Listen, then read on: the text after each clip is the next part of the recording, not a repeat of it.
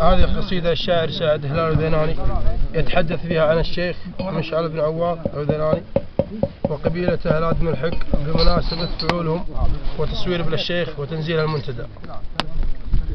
يقول: سلام يا شيخ مقر الموازين، يفرض علينا هيبته واحترامه.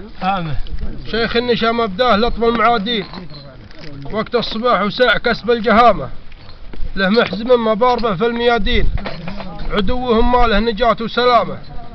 هلاد ملحق تدبل الصاع صاعين في حزة فيها يثور اعسامه، وقت المواجهة كل ابوهم سلاطين، على العدو كل يقدم اسهامه. عدوهم يشرب من المر كاسين، كاس يريضهم وكاس الندامة، واذا تعزوا ملح زين المخلين، وقت اللي قام محدن بتفتر عظامه. قلت الصحيح ولا يباله براهين، في عزوتي اهل الكرم والشهامة.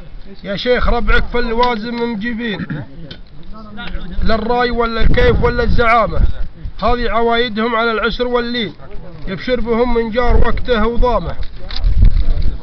واليوم يا مشعلت أرض المزايين، فالمنتدى يطيبها من علامة، وصلاة ربي عد صف المصلين على نبي كرم الله مقامه. صح لسانك وسلم مبارك. صح لسانك.